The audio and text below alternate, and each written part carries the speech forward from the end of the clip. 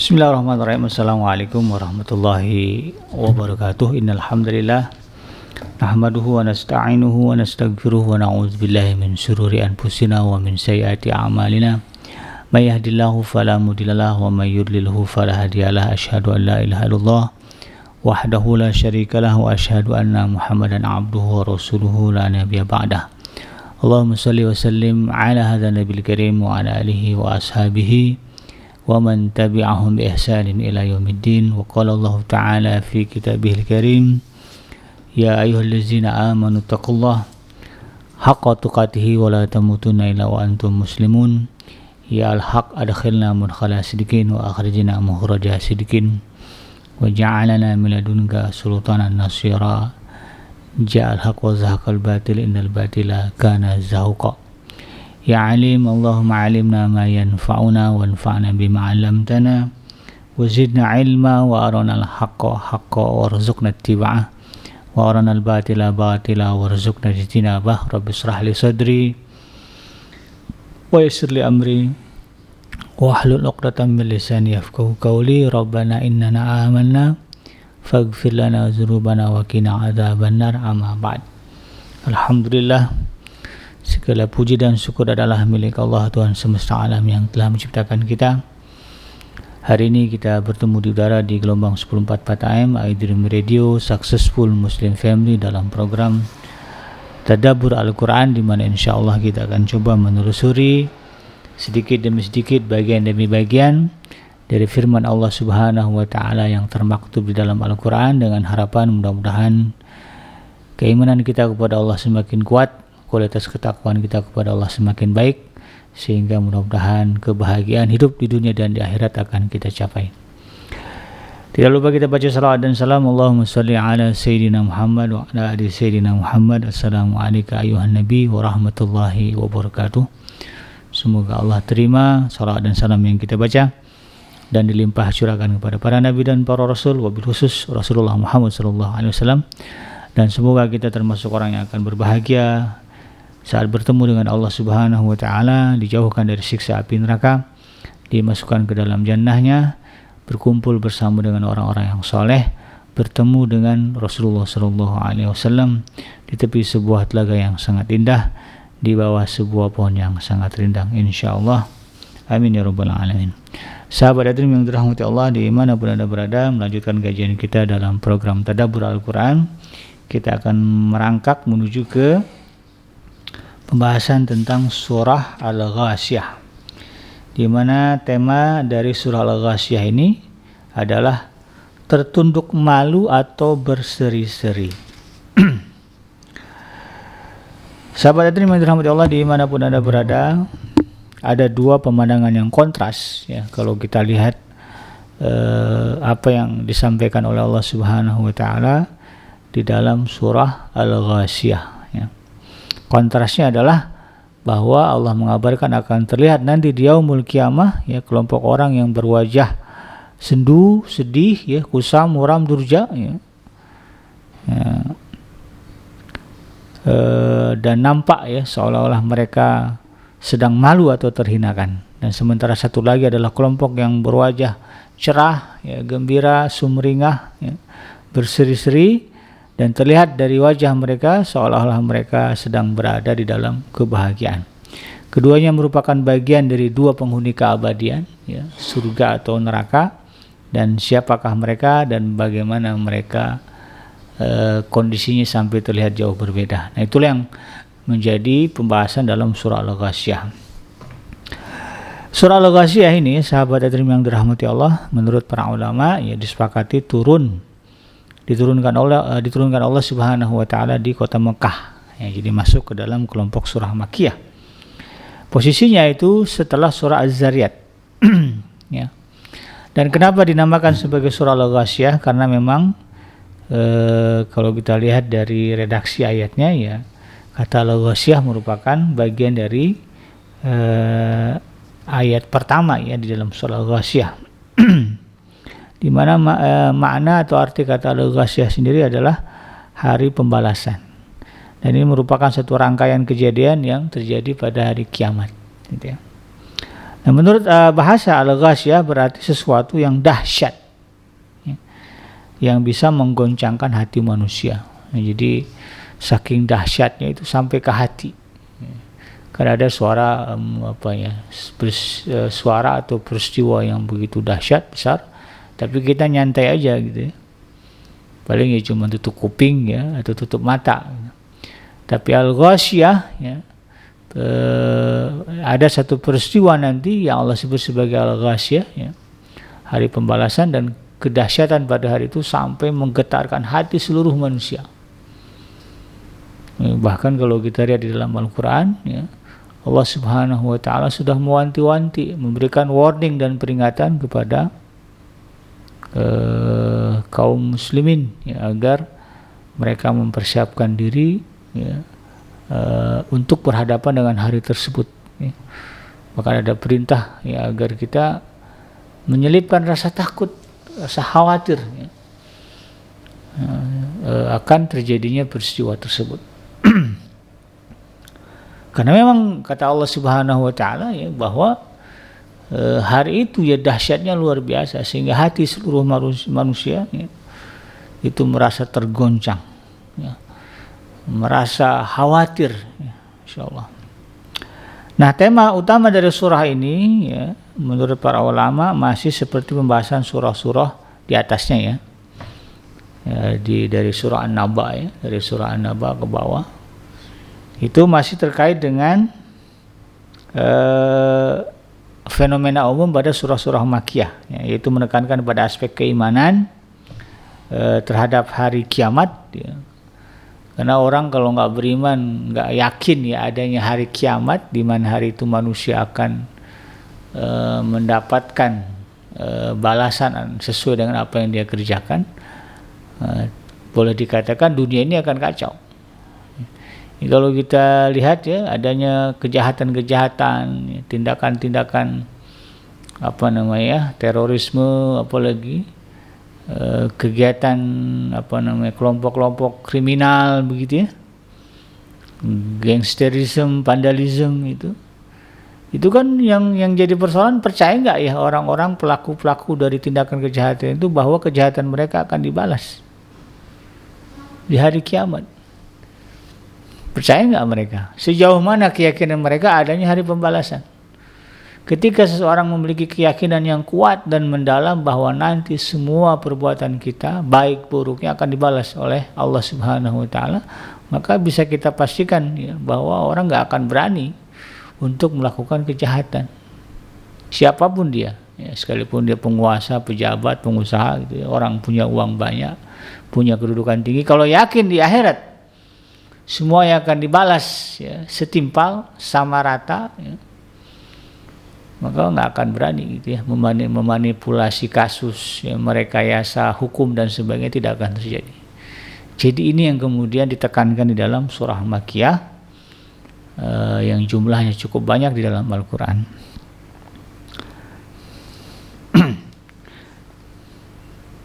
Dan dalam surah Al-Ghasyiyah ini ya, lebih ditekankan pada fase pembalasan amal yang diuraikan secara terperinci dengan menggambarkan dua kondisi yang berbeda yang dialami oleh manusia ya. Jadi ada dua kelompok manusia yang berbeda, yang satu orang baik ya, kelompok orang baik, dan yang satu lagi adalah kelompok orang yang jahat ya, atau berperilaku buruk. Nah, di dalam surah ini juga disebut ya dalil dan tanda-tanda dari kekuasaan dan keesaan Allah Subhanahu wa Ta'ala. Adapun yang disebut sebagai perumpamaan, tamsil ya, atau permisalan dalam surah ini adalah penciptaan unta, langit, gunung ya, bumi. Dan insyaallah kita akan coba lihat ya apa makna dari tamsil atau misal-misal yang Allah sebut di dalam surah ini. Adapun keutamaan atau fadilah dari surah ini sebagaimana disebutkan oleh guru kita Ustaz Dr. Syaiful Bahri LCMA ya, beliau mengatakan dalam bukunya ini bahwa keutamaan surah Al-Ghasyiyah ini itu kurang lebih sama ya dengan keutamaan atau fadilah dari surah-surah sebelumnya, yaitu surah Al-A'la ya, kemudian surah An-Naba ya, yang membahas tentang bagaimana iman kepada hari kiamat. Sebuah hadis yang masyhur yang juga sahih diriwayatkan oleh Imam Muslim, Ibnu Abi Syaibah, Imam Ahmad dan juga Abu Daud ya, serta Tirmizi. Ada juga dalam kitabnya An-Nasai dan Ibnu Majah ya. Nah, semua riwayat tersebut berasal dari sahabat Nu'man bin Bashir radhiyallahu anhu yang menyebutkan bahwa dalam salat dua Id ya, yaitu salat Idul Adha dan Idul Fitr ya. Dan juga salat Jumat ya, pada rakaat pertama biasanya Rasulullah SAW sering membaca surah Al-A'la ya. Sabbihisma rabbikal a'la allazi khalaqa fasawwa gitu ya, ila akhir ayat. Dan kemudian di rakaat kedua Rasulullah membaca surah Al-Ghasyiyah ya, hal ataka haditsul ghasyiyah. Jadi surah ini termasuk surah favorit yang dibaca oleh Rasulullah SAW pada event besar ya, yaitu salat Id dan juga salat Jumat. Sehingga ini memiliki fadilah tersendiri. Dalam ayat ini secara zahir ya, di ayat yang pertama ya, Allah Subhanahu wa taala berfirman, hal ataka haditsul ghasyiyah. Sudah datangkah kepadamu berita tentang al-ghasyiyah? Yaitu hari pembalasan yang dahsyat. Ini ayat yang pertama ya. Secara zahir ayat ini menggunakan kalimat tanya ya, hal ya, apakah ya. Jadi Allah bertanya, apakah kalian sudah dengar ya, berita atau wahyu tentang hari pembalasan? Nah, menurut sebagian pakar bahasa ya, sebagaimana ditegaskan oleh Imam Al-Alusi dalam tafsirnya, meskipun sebagian pakar bahasa yang lainnya mengatakan bahwa justru ayat ini menggunakan kalimat penguat ya, dengan bentuk yang zahirnya adalah istifham yaitu pertanyaan. Jadi ada yang mengatakan ya, meskipun ini adalah kalimat bertanya ya, tapi juga bisa dimaknai dengan makna lain begitu ya. Dari segi bahasa kurang lebih seperti itu. Ayat yang kedua dan ketiga Allah Subhanahu wa taala berfirman, wujuhu yauma idzin khasyi'ah. Banyak muka atau wajah pada hari itu tertunduk dengan hina, amilatun nasibah, bekerja keras lagi kepayahan.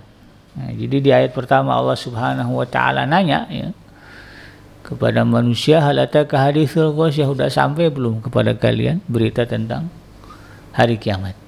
Nah, kemudian Allah Subhanahu wa taala sendiri langsung menjelaskan ya, bahwa pada hari kiamat itu, bahwa pada hari yang dahsyat itu, wujuhu yauma idzin khasyiyah, akan kita lihat nanti ada wajah-wajah pada hari itu yang tertunduk hina, amilatun nasibah ya, kelihatan sibuk dan susah. Ya. Ya, biasa kan ya, orang kalau udah susah gitu, sibuknya kadang-kadang nggak nentu gitu. Apalagi kemudian merasa bakalan sengsara gitu ya. Wah, kan kalau mungkin gimana ya, kalau lagi panik begitu ya, panik akan mendapatkan bala bencana besar, itu kelihatan banget dari wajahnya.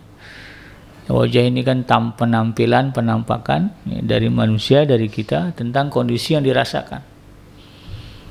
Nah, makanya kan ada istilah sad boy. Sedih itu kan perasaannya. Oh, tahu orang dia lagi sedih itu ya. Nah, mukanya kelihatan ya, rumaknya ya, kusutnya ya, berlipatnya ya.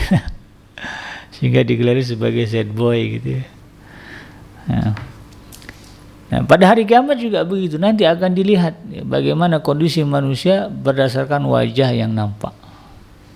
Ya. Penggunaan kata khasyiyah ya, di dalam ayat yang kedua, ya, wujuhu yauma idzin khasyiyah. Menurut Al-Ustaz Dr. Saiful Bahri di sini ya, beliau mengatakan sebenarnya memberi isyarat tidak tepatnya penyesalan. Jadi kalau mau menyesal itu bukan hari itu ya, makanya Allah kabarkan sekarang. Allah tanya, udah dengar belum berita? Dan kalau belum dengar, didengerin ya, daripada nanti ya nyesalnya, lebih baik sekarang menyesalnya. Daripada nanti bersedih terhinanya, lebih baik sekarang lah ya, kalau mau bersedih, mau merasa hina di hadapan Allah Subhanahu wa taala. merasa hina di hadapan Allah Subhanahu wa taala hari ini, itu jauh lebih baik ketika kita merasa hina di hadapan Allah pada hari kiamat nanti. Ya, kalau kita merasa hina di hadapan Allah pada hari ini, maka itu adalah tanda sebuah kemuliaan yang akan mengantar kita kepada motivasi untuk beribadah kepada Allah Subhanahu wa taala. Karena pada hari itu tidak lagi diperlukan khasyiah itu, keseriusan, apalagi kehusyuan,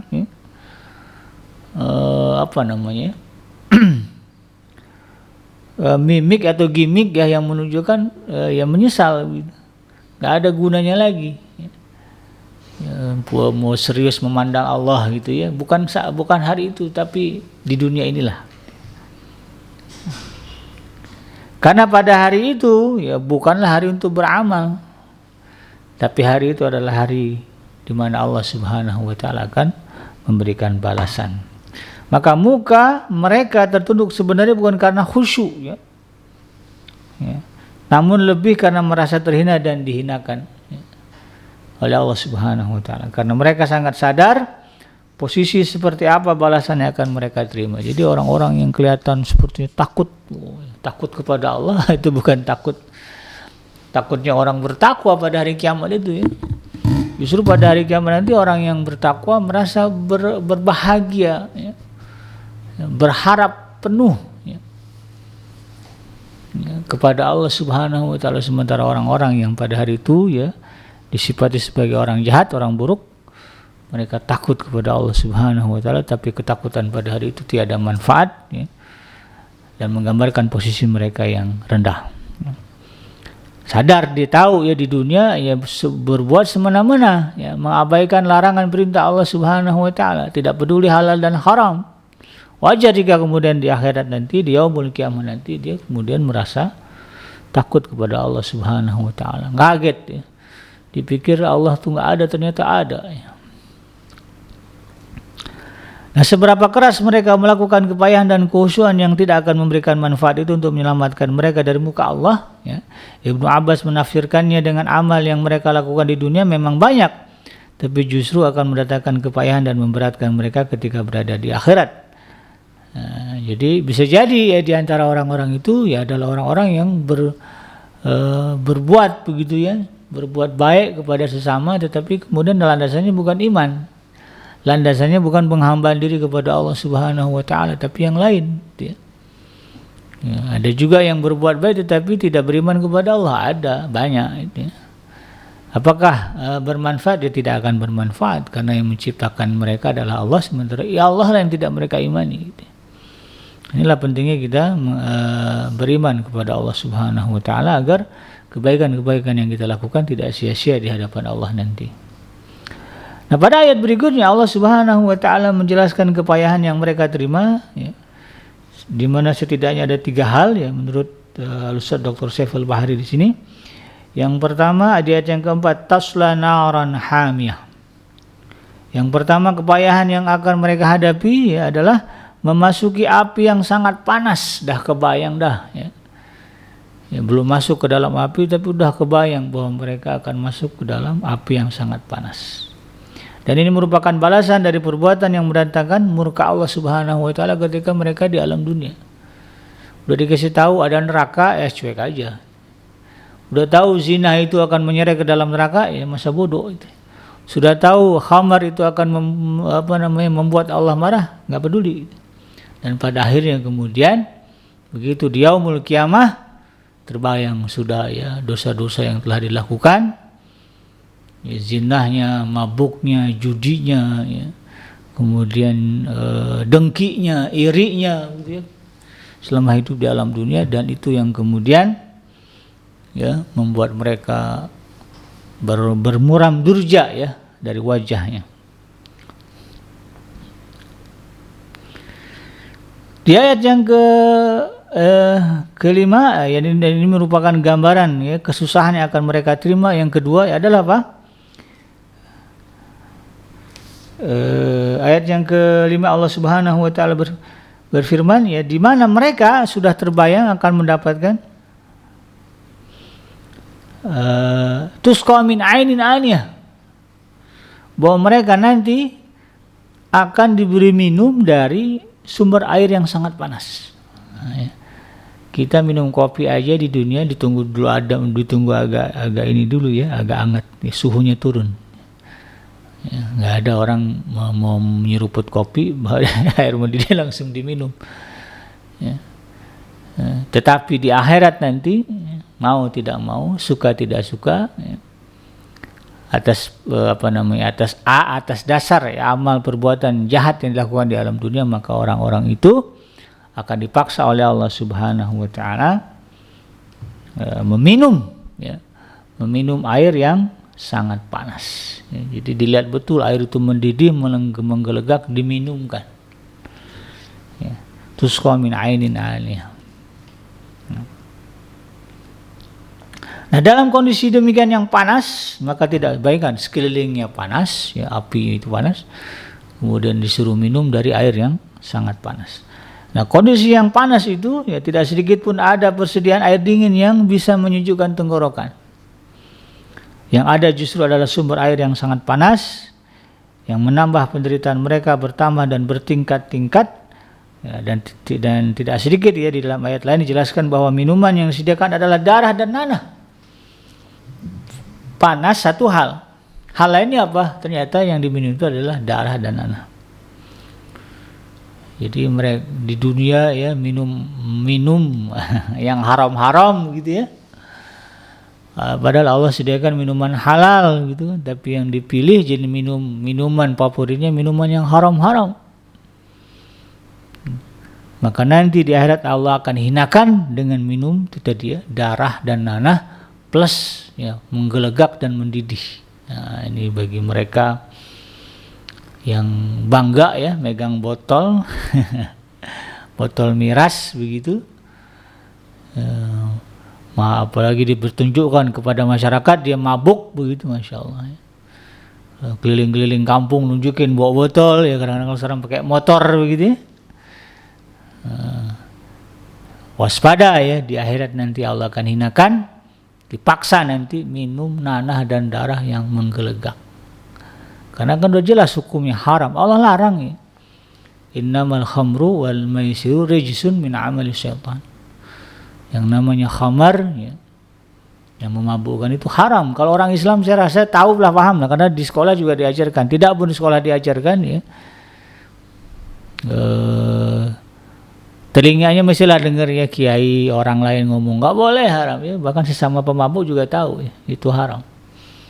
Tapi berani ya, padahal yang mengharamkan itu Allah Subhanahu wa taala. Keberanian itu nanti akan ditebus ya, dengan paksaan dari Allah Subhanahu wa taala, meminum darah dan nanah yang menggelegak. Dalam surah Al-Haqqah disebut, katakan bunyi yang mereka minum adalah gislin ya, min gislin ya.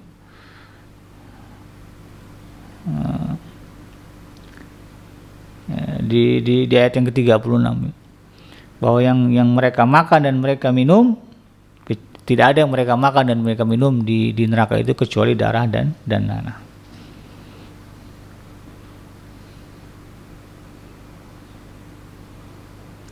Kemudian di ayat yang ketiga ya, gambaran kesusahan yang akan mereka rasakan adalah apa? Tusqa min ainin aniyah ya, laisa lahum ta'amun illa min dhari' la yusminu wa la yughni min ju'. Ya. Ya, mereka tidak memperoleh makanan selain dari pohon yang berduri. Ya, ada pohon rupanya di neraka ya. Neraka itu panas, maka pohonnya juga batangnya ya dari api, dari, bayang nggak tuh ya? Batang pohonnya aja panas ya. Kayak besi gitu ya, besi yang dipanasin mungkin tahu ya. Ada pohon ya di dalam neraka, tapi pohon itu pohonnya berduri. Nah, kalau dimakan buahnya la yusminu wa la yughni min ju' ya, boro-boro ngegemukin ya, kenyang juga enggak. Yang ada adalah sakit dan tersiksa. Nah, jadi kalau orang-orang ini di dalam neraka merasa lapar ya, tidak ada sedikit pun persediaan makanan ya. Yang namanya juga neraka, nggak ada yang hijau-hijau ya. semuanya gersang, merah, panas. Allah beri mereka penghinaan, ditumbuhkan satu pohon ya, dan pohon itu berduri ya.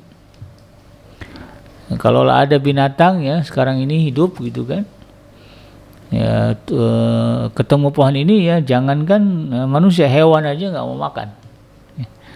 Nah, sebagian mufasir menyebut bahwa pohon yang dimaksud di dalam surah Al-Ghasyiyah ayat yang ke-7 ini ya, laisa lahum ta'amun illa min dhari ya, mereka tidak mendapatkan makanan kecuali dari pohon yang berduri. Menurut sebagian mufasir, pohon itu adalah pohon yang beracun dan mematikan, setidaknya menyakitkan bahkan. Dalam ayat yang ke-43 ayat dan ke-44 surah Ad-Dukhan disebutkan bahwa jenis pohon yang di alam neraka itu adalah sajarah zakum ya, pohon zakum. Dan yang makan pohon zakum itu apa? Khati'in, orang-orang yang berdosa dan bersalah. Nah, bagaimana mungkin pohon seperti ini bisa membuat gemuk atau mengenyangkan, apalagi mengusir rasa lapar ya. Yang terjadi adalah justru membuat rasa lapar hilang karena sakit yang teramat sangat menggantikannya. Kalimat dhari' ya, ini dikenal dalam istilah bangsa Arab, ini bisa membuat unta gemuk ya. Tapi gemuknya penuh dengan racun dan mematikan ya. Ini gambaran ketidaknyamanan yang akan diterima ya, siksaan yang akan diterima oleh orang-orang yang selama hidup di alam dunia berani melanggar, berani menunjukkan ya kekafirannya kepada Allah Subhanahu wa taala. Auzubillah min zalik ya. Kita berlindung kepada Allah Subhanahu wa taala. Nah, setelah Allah Subhanahu wa taala menuturkan, menggambarkan ya bagaimana ngerinya ya kabar dan berita kepada orang-orang yang dimurkai oleh Allah Subhanahu wa taala di dalam surah Al-Ghasyiyah yang pertama hingga yang ke-7 ya. Maka kemudian ya di ayat berikutnya Allah Subhanahu wa taala mengabarkan kondisi yang 180 derajat terbalik ya, berbeda, yaitu menggambarkan kebahagiaan dan ketentraman yang dijanjikan oleh Allah Subhanahu wa taala kepada orang yang taat, kepada orang yang patuh, kepada orang yang takut kepada Allah Subhanahu wa taala sehingga tidak berani melanggar ya. Ditawar minuman, jangankan yang memabukkan ya, tidak memabukkan tapi namanya mirip-mirip. Maka dari itu ya, nama-nama minuman nyerempet-nyerempet ya seperti bir begitu ya. Ada orang yang takut nggak ini, atau makanan itu nama-namanya mirip-mirip makanan haram ya. Begitu ya. Ini takut ini takut tidak halal karena takut Allah larang begitu. Orang-orang yang seperti ini, maka di ayat berikutnya, di ayat yang ke-8 hingga yang ke-9 Allah Subhanahu wa taala memberikan gambaran betapa mereka ya memiliki keadaan yang berbeda jauh dengan orang-orang yang ingkar, orang-orang yang sombong ya kepada Allah Subhanahu wa taala. Wujuhu yawma idzin na'imah li sa'iha radiyah ya. Banyak pada hari itu kata Allah Subhanahu wa taala orang dengan wajah yang berseri-seri. Li sa'iha radiyah ya, keserian, keceriaan, kegembiraan, kebahagiaan di wajah mereka. Disebabkan apa? Disebabkan mereka merasa gembira, senang atas usaha ya, usahanya. Usahanya apa ya? Usaha amal-amal kebaikan-kebaikan yang dilandasi keimanan kepada Allah Subhanahu wa taala ketika di alam dunia. Maka dia akan nampak gembira ya, mirip-mirip kita di dunia lah, orang ketika di pengadilan kan kalau tahu dia salah ya. Itu mukanya ya udah kelihatan sumpeknya ya. Kelihatan tuanya.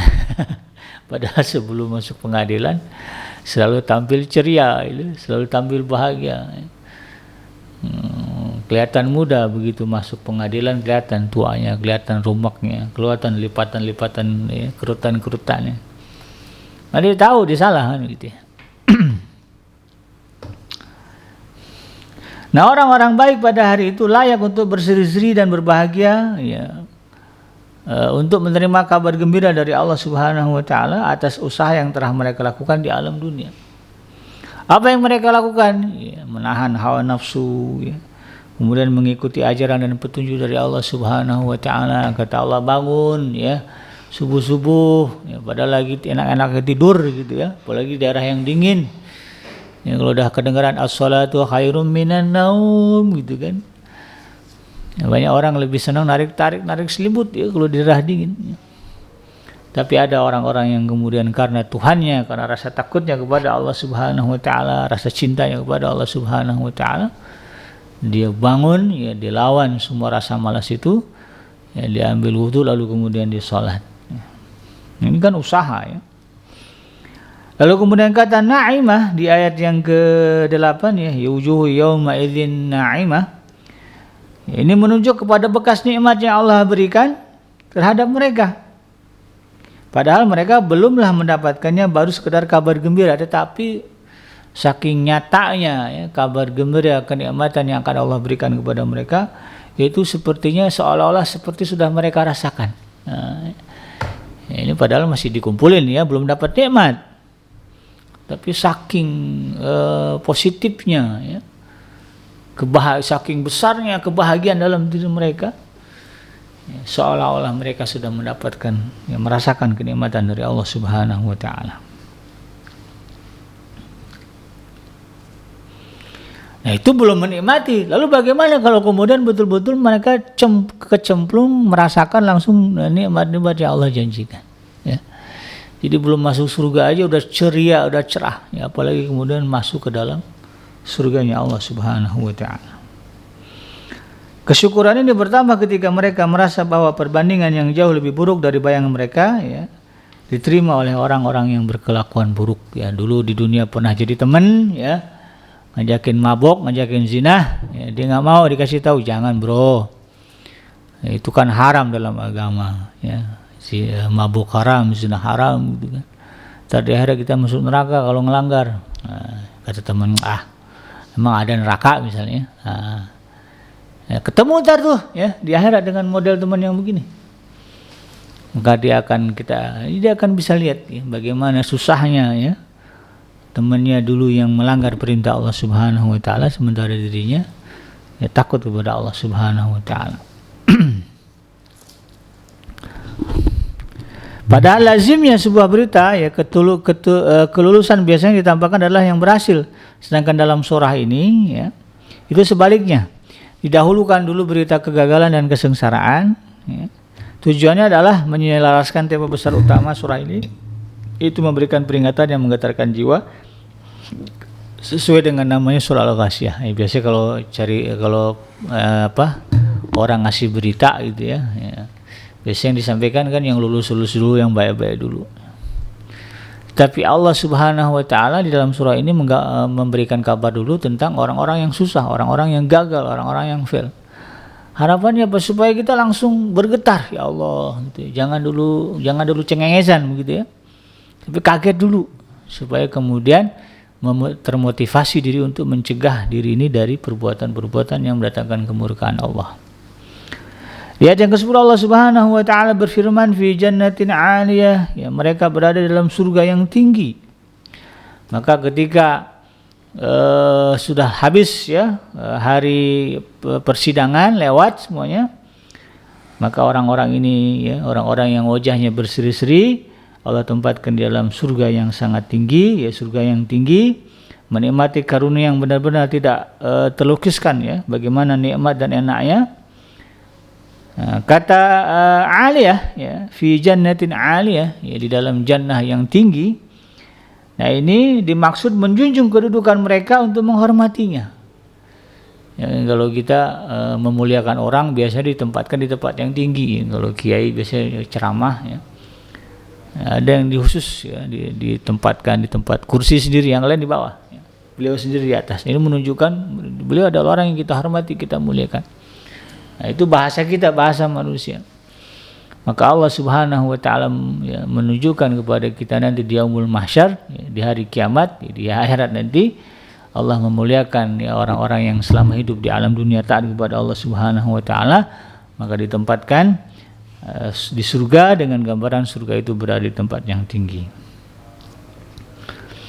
Abu Hayyan menggabungkan dua makna sekaligus, bahwa yang dimaksud dalam ayat ini adalah tempat yang memang secara fisik tinggi dan ditambah dengan dimuliakan oleh Allah Subhanahu wa taala, ya. Tidak ada yang mengatakan itu kiasan aja, ya, bahwa surga itu tinggi, padahal sebetulnya ya bukan tinggi, tetapi menggambarkan bahwa Allah memuliakan mereka.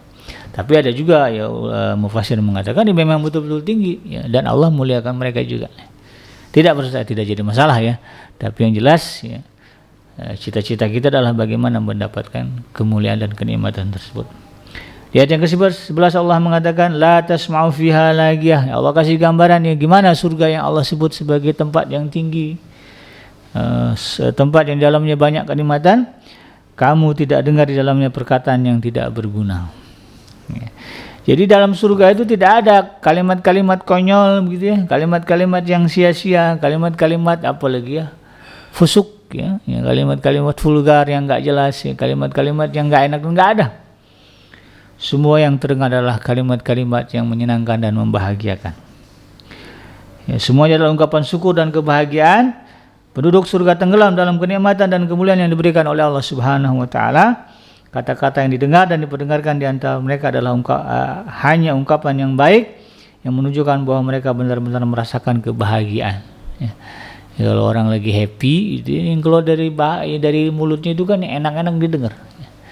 Tapi sebaliknya orang kalau lagi marah coba yang keluar, ya, kebun binatang, sebutin satu-satu begitu, ya, dari A sampai B sampai C. Tapi kalau orang lagi happy, yang keluar itu yang enak-enak aja. Ya. Bahasanya enak didengar, gitu. Kurang lebih seperti itu. Mereka pun ridho dengan keadaan demikian dan Allah Subhanahu wa taala juga meridhoi mereka. Di ayat yang ke-12 Allah mengatakan fiha ainun jariyah. Ya. Di dalamnya ada mata air yang mengalir. Ketika penghuni neraka kepanasan, ya, karena mereka tusqa min ainin aniyah, ya, dipaksa minum dari air yang sangat panas, sementara orang-orang yang berada dalam surga kata Allah Subhanahu wa taala, ya, diberikan sumber air yang sejuk, ya, sumber air yang memberikan kenikmatan, ya, tidak hanya menghilangkan dahaga tetapi juga membuat mereka menjadi bahagia. Kan ada tuh kalau habis minum, ya, kalau di dunia lah, kita kalau ketemu dengan minuman yang kita suka gitu, ya, lagi haus-hausnya minum dulu, bahagia, itu efeknya bahagia. Ada orang yang senang minum kopi gitu, ya, kebahagiaannya adalah minum kopi gitu. Ada orang yang senang minum cola, kebahagiaan adalah minum cola gitu. Nah, di akhirat, ya, di surga Allah lipat gandakan lagi, lebih dari itu lagi, untuk menggambarkan bagaimana, ya, kemuliaan yang Allah berikan bagi orang-orang yang taat, ya, di atas, ya, kehinaan yang Allah berikan kepada orang-orang yang ingkar. Penduduk surga, ya, diberikan mata air yang bermacam-macam, melimpah. Dan kata-kata kalimat ainun jariyah, kata jariyah, ya, kata para ulama ini mengisyaratkan bahwa mata air tersebut terus mengalir dan tiada putus sedikit pun kapanpun. Sumber air abadi, ya, mengalir terus, nggak usah takut bakalan kering gitu, ya. Nah, karena kebiasaan kita di dunia, ya, ada sumber-sumber mata air yang kemudian, ya, musim kemarau hilang, kering, ya. Maka di akhirat Allah berikan jamin nggak bakalan kering, akan mengalir terus, ya, selama-lamanya. Fiha sururum marfu'ah, ya. Di dalamnya ada tahta-tahta yang ditinggikan, ya. Mereka penduduk surga ini menduduki singgasana, ya, dan juga tahta yang tinggi dan ditinggikan. Mereka lebih mulia dari raja yang paling mulia di alam dunia ini. Semua yang berada dalam rumah dan tamannya tunduk dan patuh terhadap titahnya. Semua menuruti dan melayani keinginannya. Sekalipun di alam dunia, ya, pangkatnya rendah, kedudukannya dianggap hina oleh orang, ya, mungkin karena dia penyapu jalanan, kan ada karena orang memandang rendah orang itu karena pekerjaannya gitu, ya, kerjanya bersihin WC, toilet, itu dianggap hina, ya. Padahal sebetulnya dalam Islam tidak ada itu, ya. Tapi bahasa manusia begitu. Sekalipun mereka di alam dunia dianggap rendah, ya, karena pekerjaannya begitu, padahal halal gitu kan. Tapi nanti di akhirat Allah sediakan bagi mereka di surga itu kedudukan yang mulia. Semua penghuni surga, ya, penghuni surga di tempat dia ditempatkan, ya. Surga itu kan seperti kerajaan, ya. Nah, yang jadi rajanya penghuni surganya itu, semuanya tunduk patuh kepada dia. Ya, dulu direndahkan orang, Tapi nanti di akhirat, di surga, ya Allah jadikan sebagai orang yang dimuliakan, ya. Diberikan bidadari, diberikan pelayan-pelayan, semuanya taat dan patuh kepada dia. Tidak berani mengingkari perintahnya. Waqwabum maudu'ah di ayat yang ke-14 ya. Dan bagi mereka ya diedarkan gelas-gelas ya yang berada di dekatnya. Jadi mau minum aja gampang ya. Nah, mata air yang mengalir disebutkan di dalam ayat sebelumnya ya, menghias mata mereka. Namun jika mereka menginginkan, bukan hanya menghias mata mereka ya, bukan hanya sebatas sungai-sungai sumber air yang mengalir itu cuma hiasan doang, tapi kalau mereka mau minum gampang ya. Kan sumber mata air surga itu banyak macam ya, ada madu, ada susu, ya ada khamar gitu ya. Pokoknya yang nikmat-nikmat lah. Kalau imajinasi kita kadang-kadang sungainya ada jus nggak ada. Jus mangga, jus oren, jus jeruk ya. Disediakan oleh Allah Subhanahu wa taala dan mudah untuk diminum. Ya. Nggak susah itu meminumnya. Insyaallah ya. Dan seketika berada di tangan mereka begitu mereka menginginkan meminumnya dan menikmatinya. Ya. Lihat sungai, wah ini sungainya es campur ini gitu ya. Di dunia senang es campur, gampang ya. Tiba-tiba aja udah ada di tangan, tinggal minum. Es durian itu. Ayat yang ke-15-nya wa namariku masfufa. Dan bantal-bantal sandaran yang tersusun. Biasanya kalau orang Arab ya menandakan mereka orang berpangkat, orang yang berbahagia ya, suka duduk leyeh-leyeh pakai bantal-bantal yang empuk. Raja-raja kan gambarannya begitu ya.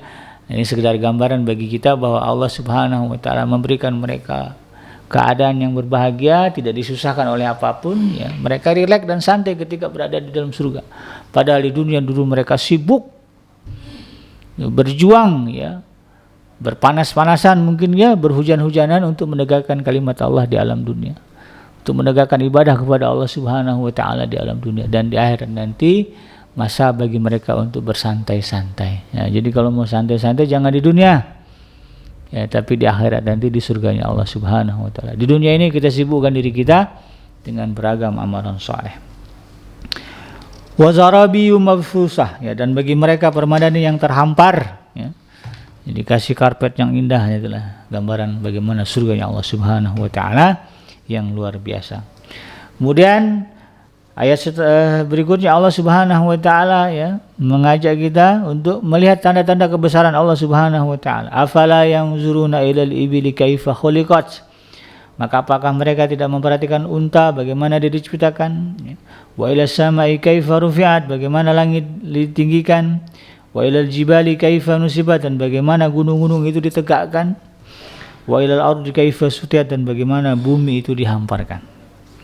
Apa rahasia dari keempat hal ini? Unta, gunung, unta, langit, bumi, gunung. Nah, ya. Apa spesialnya? Nah, orang-orang Arab jika bepergian jauh dengan kendaraan, ya, yang mereka andalkan adalah unta. Bahkan kalau berperang mereka juga membawa unta. Dan unta ini juga fleksibel gitu ya. Kalau kehabisan bahan makanan ya disembelih bisa dimakan. Ya. Maka kemudian wajar ya jika Allah melalui Rasulullah SAW mengajak orang Arab berpikir ya, kalian ini mengandalkan unta itu kan. Kepikiran nggak siapa pencipta unta itu? Nah, itu ya.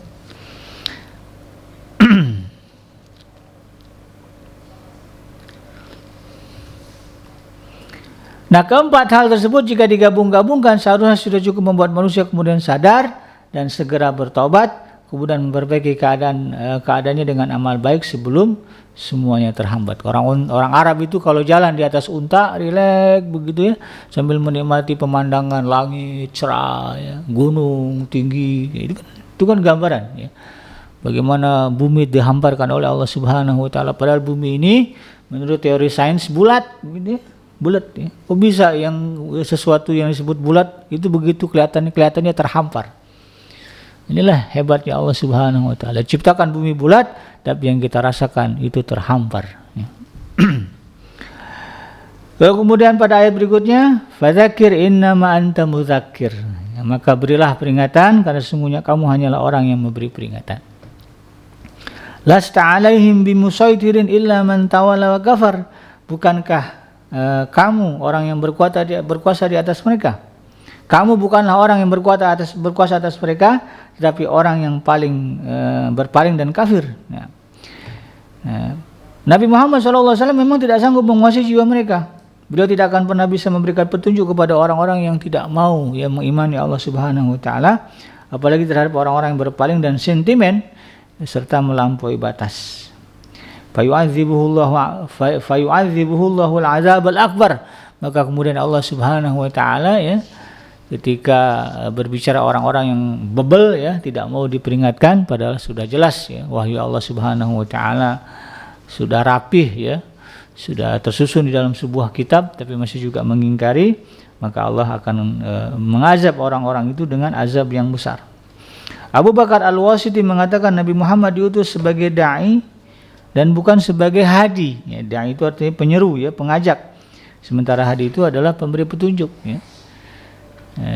Jadi ya walaupun Nabi Muhammad begitu ya, Nabi Muhammad betul yang datang, tapi karena beliau adalah bukan hadi atau pemberi petunjuk, tetapi adalah da'i, tetapi pengajak, makanya tidak semua ya orang Arab itu kemudian tunduk patuh kepada Rasulullah SAW ya. Abu Jahal, Abu Lahab itu kan orang-orang yang tidak mau tunduk.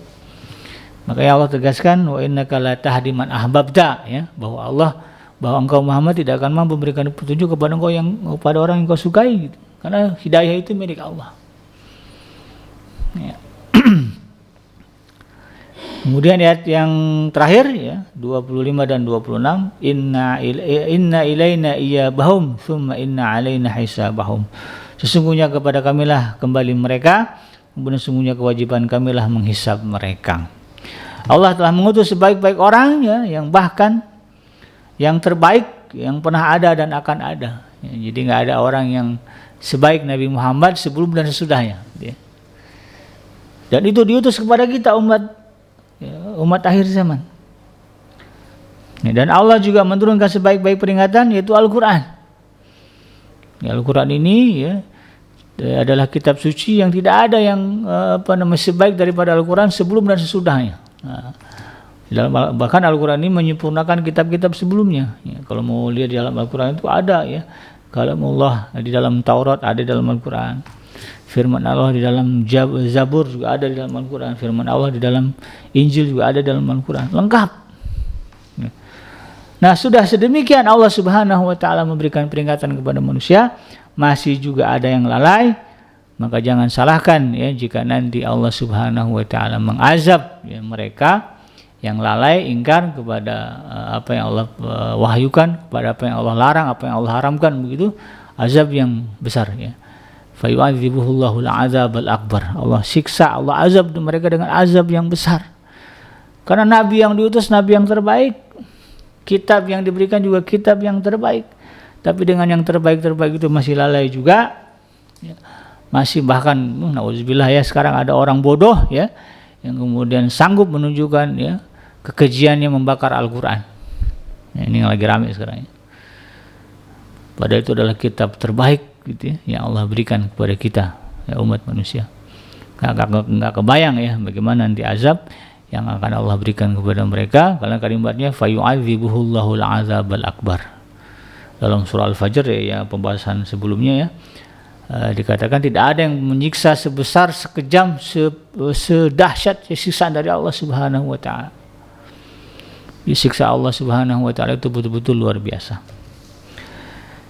Semoga kita termasuk dalam golongan orang yang berseri-seri ya ketika menghadap Allah Subhanahu wa taala nanti, lalu kemudian dimasukkan ke dalam jannahnya. Dan semoga kita dilindungi oleh Allah Subhanahu wa taala dari perbuatan amalan orang-orang yang akan mendapatkan kemurkaan ya Allah di yaumul mahsyar nanti. Mudah-mudahan bermanfaat. Yang benar datangnya dari Allah Subhanahu wa taala dan yang salah semata-mata lahir dari kealfaan dan kehilapan saya pribadi. Saya bikin pamit undur. Subhanaka Allahumma rabbana wa bihamdika asyhadu an la ilaha illa anta astaghfiruka wa atubu ilaik. Walhamdulillahirabbil alamin. Wassalamualaikum warahmatullahi wabarakatuh.